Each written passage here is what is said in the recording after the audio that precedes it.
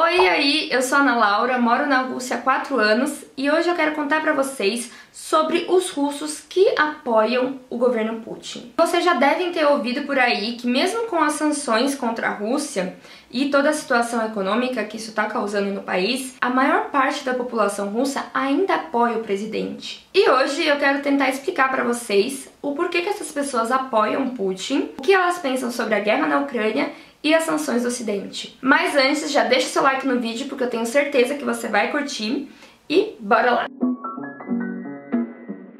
Antes da gente falar da Rússia atual, é preciso voltar lá no finalzinho dos anos 80, um pouco antes do colapso da União Soviética. Com a queda do preço do petróleo nos anos 80 e outros fatores, a União Soviética acabou entrando em crise e colapsou em 91, o que fez com que nos anos 90 a Rússia estivesse devastada. O governo não tinha dinheiro, não pagava as pensões, não pagava os funcionários, tinha uma inflação altíssima, uma crise financeira profunda, o que acabou resultando no default em 98, e além disso havia uma insegurança no país por conta da guerra na Chechênia e de terrorismo. E isso tudo fazia com que a população não confiasse nem um pouco que o governo poderia resolver a situação delas ou melhorar o país. E no final de 99, o presidente Boris Yeltsin, depois de sofrer 4 infartos, renunciou ao cargo para um tal ex-líder da KGB chamado Vladimir Putin. Eu poderia ficar horas, literalmente, explicando como foram os anos 90 na Rússia, mas esse vídeo é sobre outro tema. Se você tem interesse em um vídeo sobre os anos 90 na Rússia, deixa aí nos comentários que eu posso fazer como próximo vídeo. Então vamos lá. Por que hoje em dia as pessoas gostam tanto do Putin? Porque elas sofreram muito nos anos 90, como eu expliquei pra vocês, e quando o Putin chegou, ele trouxe uma coisa que se chama estabilidade. Não significa que ele transformou a Rússia numa potência econômica, ele simplesmente trouxe estabilidade. Se pagavam as pensões, se pagavam os funcionários, o povo começou a voltar a ter uma confiança no governo. Ele resolveu a guerra na Chechênia, o que trouxe uma sensação de orgulho da Rússia de novo. Então aumentou-se o patriotismo na Rússia, algo que foi muito importante durante a União Soviética e que os russos perderam durante os anos 90 e só recuperaram com Putin. Também olhando para a história russa muito antes da União Soviética, a gente pode concluir que a Rússia sempre teve, vamos dizer, um apreço muito grande por ter um único líder todo-poderoso, pai da nação que cuida do povo. Você tinha isso antes do Império, você tinha isso com o Império, você teve isso com a União Soviética e com o Putin isso voltou a ter. Sempre passou essa imagem do pai que vai cuidar da nação russa, vai cuidar do povo. Isso é uma coisa que cativa muito os russos historicamente. E sempre que eu pergunto para algum russo que apoia o governo do Putin, por que ele apoia, uma das frases que eu mais ouço é "Como isso?".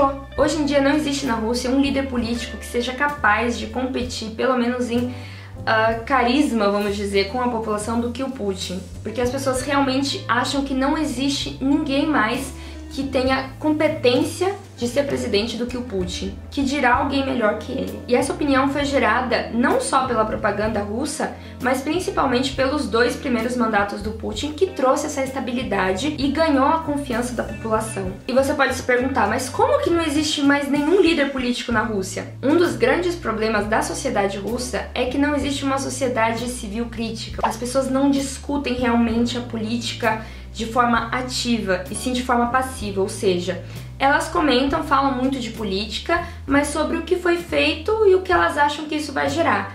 Mas dificilmente as pessoas vêm com as suas opiniões e falam eu acho que deveria ser feito assim, deveria ser feito assado. Então não há um setor político ativo, bem organizado, a ponto de fazer frente ao Putin. O que tinha mais ou menos força, o Navalny, está preso. E além do fato de não ter uma sociedade civil muito ativa, a Rússia tem um problema, vamos dizer assim, com a estrutura de poder. Por exemplo, no Brasil, nós temos uma separação de poder muito clara. Então, eu tô falando do exército, que pensa de uma forma, do presidente, que pode pensar de outra, do parlamento, que pensa de outra, do judiciário, de outra, da polícia federal, de outra. E quando se tem essa separação de poder, fica muito mais fácil nascerem líderes políticos.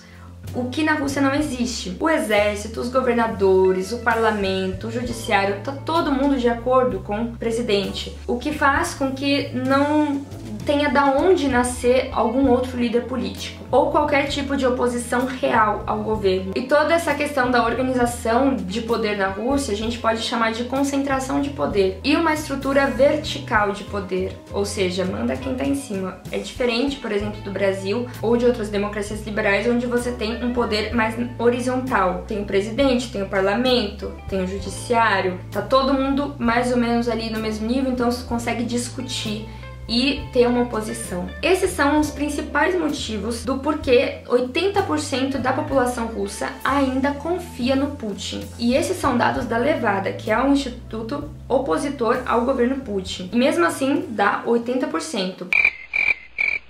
O que os russos pensam sobre a guerra e as sanções na Rússia? A primeira coisa que as pessoas me respondem quando eu pergunto pra elas o que você acha da guerra, elas fazem uma cara horrível, uma cara muito triste, e elas falam: eu não sou a favor, eu não acho que tinha que ter essa guerra, eu não entendo exatamente o porquê que se começou essa guerra, o porquê que tinha que ter tido essa guerra. Porém, todos acreditam que essa guerra era impossível de não acontecer. Ou seja, ela tinha que acontecer em algum momento. Embora ninguém que eu tenha perguntado até hoje falou que eu apoio, eu acho que era isso que tinha que ter sido feito e concordo com tudo que está acontecendo. Não, mas eles mostram uma certa compreensão de que essa guerra tinha que acontecer, que a Rússia não teve escolha. E pela expressão facial e pela resposta deles, se vê que é um tema muito pesado e muito dolorido para os russos, porque a maioria dos russos tem ligações muito fortes com a Ucrânia, então parentes vivem lá. É uma questão assim muito dolorida para eles. E se você assistiu meu último vídeo aqui no canal falando sobre a propaganda russa, se você não assistiu, assista, mas só depois desse vídeo, tá bom? Vocês vão lembrar que eu falei que os russos têm um patriotismo muito interessante,